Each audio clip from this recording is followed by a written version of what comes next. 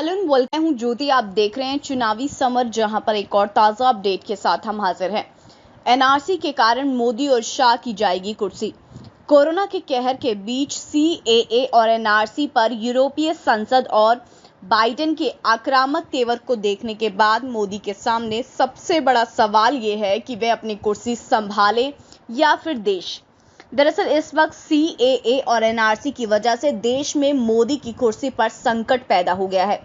हालांकि कोरोना की दूसरी लहर के कारण फिलहाल मोदी ने अपनी कुर्सी को किसी तरीके से बचा लिया है, लेकिन एक सच्चाई ये भी है कि कोरोना का कहर देश में बहुत दिन तक नहीं रहने वाला है। ऐसे में मोदी के लिए खतरा अभी टला नहीं है। आपको बता दें कि आलोचकों की नजर में इस वक्त मोदी की राह में सबसे बड़ी बाधा अमित शाह ही नजर आ रहे हैं। जैसे कि हम जानते हैं कि एनआरसी को लेकर मोदी और शाह के सुर एक नहीं है। वहीं अब सूत्रों के अनुसार पता चला है कि मोदी और शाह के बीच चल रहे शीत युद्ध से भाजपा नेताओं के अंदर इन दोनों के खिलाफ नाराजगी बढ़ती ही जा रही है, क्योंकि भाजपा को लगता है कि इस युद्ध की वजह से ही पार्टी को पश्चिम बंगाल सहित अन्य राज्यों में हार का सामना करना पड़ा। ऐसे में अब भाजपा एक ऐसे दो मुहाने पर आकर खड़ी हो गई है जहां से पार्टी को मोदी और शाह में से किसी एक की कुर्बानी देनी ही पड़ेगी। यानी कि पार्टी मोदी का समर्थन कर एनआरसी का विरोध करे या फिर अमित शाह का समर्थन कर एनआरसी को अपनी सहमति दे। वैसे बात अमित शाह की करे तो इन्होंने गृह मंत्री का पद संभालने के बाद एक तरह से भाजपा पर अपनी पकड़ मजबूत करने की कोशिश की है।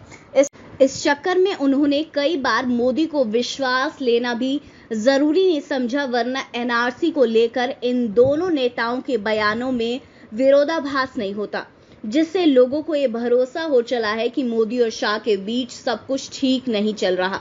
दूसरी ओर बात मोदी की करे तो इनका भी हाल कुछ ऐसा ही है और उन्हें भी अपनी पीएम की कुर्सी बहुत प्यारी है।